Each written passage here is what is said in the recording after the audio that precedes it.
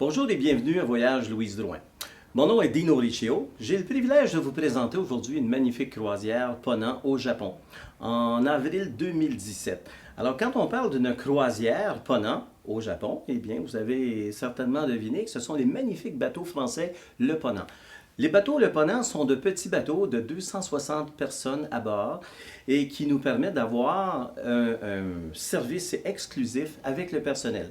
C'est-à-dire que nous sommes toujours reconnus par ce magnifique personnel. De plus, puisque c'est une compagnie française, eh bien, le bateau, le voyage se fait en français. Chez Voyage Louise Drouin, nous avons conçu cette croisière spécifiquement pour vous. Alors, nous avons quelques cabines sur le bateau et nous avons aussi des excursions à bord. Alors, le voyage complet consiste en ceci. Nous allons avoir 3 jours à Tokyo comme devancement, parce qu'aller au Japon puis ne pas aller à Tokyo, c'est une erreur monumentale. Alors, nous allons avoir 3 jours à Tokyo au départ, avant la croisière de 9 jours. Ceci va nous permettre de voir les attraits les plus importants de la ville de Tokyo et autour de la ville de Tokyo. Ensuite, durant notre croisière, nous allons voir plusieurs excursions, 6 excursions, qui vont nous permettre de voir certains endroits du Japon à des endroits très stratégiques. Et c'est ici que le Ponant devient très important. Nous, puisque le bateau est petit, nous allons avoir le privilège d'accoster dans de très petits ports, très anciens ports, et qui ont gardé ce cachet d'antan. Parce qu'il en existe encore au Japon, parce qu'on sait qu'au Japon, vous savez, Deuxième Guerre mondiale, quand pratiquement démoli le pays au complet. Mais les endroits où le Ponant peut accoster, eh bien, ce sont des ports ancestraux, anciens. Et quand je parle ancestraux, c'est pas une blague. Hein. Plusieurs d'entre eux datent de plus de 1500 ans, 1800 ans même. Et ils accostent à des endroits où l'histoire du Japon, comme Kumamoto dans le sud, dans le Kyushu, ce sont des endroits où l'histoire du Japon s'est créée. Alors nous avons le privilège de pouvoir accoster à ces endroits parce que le petit bateau peut se rendre. Ensuite, après ces 9 jours d'excursion, de croisière et nos journées d'excursion, nous allons avoir 3 jours supplémentaires à Kyoto. Encore une fois, aller au Japon, ne pas aller à Kyoto, c'est tout à fait une erreur. Alors imaginez que sur la superficie d'une ville comme Québec, vous avez 17 sites classés UNESCO.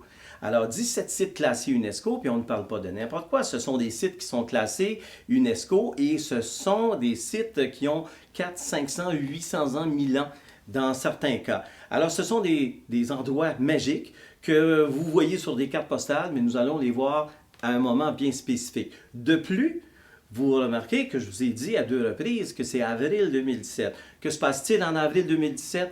Les cerisiers en fleurs. Le pays est rose. Bien sûr qu'on ne peut pas prévoir le climat, la température, surtout avec ce que nous vivons à l'instant. Mais une chose que je peux vous garantir, c'est que nos dates ont été judicieusement sélectionnées afin de pouvoir vivre justement ces éclosions, ce que nous appelons en japonais le hanami. Sakura Hanami, ça veut dire l'observation des fleurs de cerisier. C'est absolument magnifique. J'ai eu le privilège de passer une trentaine d'années, en fait 33 ans, pour ne pas me rajeunir, sur le territoire japonais. Alors j'y vais très régulièrement. Alors je serai aussi votre guide sur ce voyage. Donc je serai le guide à Tokyo au départ, et à Kyoto à la fin, et aussi durant la croisière, parce que les excursions, nous allons avoir notre propre bus, notre propre chauffeur, et nous allons faire nos excursions évidemment autour du port d'accès. Par contre, je vais vous amener à des endroits, mes petits endroits favoris, là où la majorité des voyageurs ne vont pas. J'ai le privilège de connaître ces petits coins, et je vais les partager avec vous. Votre expérience au Japon va être de plus amplifiée, si ce n'est que pour vous rappeler que probablement le Japon est un des pays les plus sécuritaires sur le globe terrestre.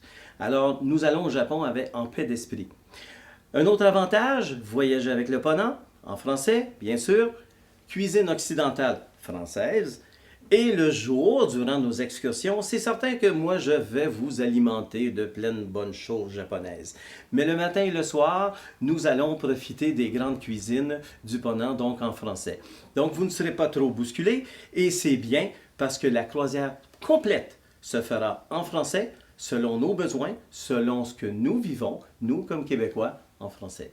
Alors, croyez-le ou pas, Dino Riccio, c'est mon nom, encore une fois, un Italien qui va vous guider en français avec grand plaisir dans un pays d'adoption qui est le Japon.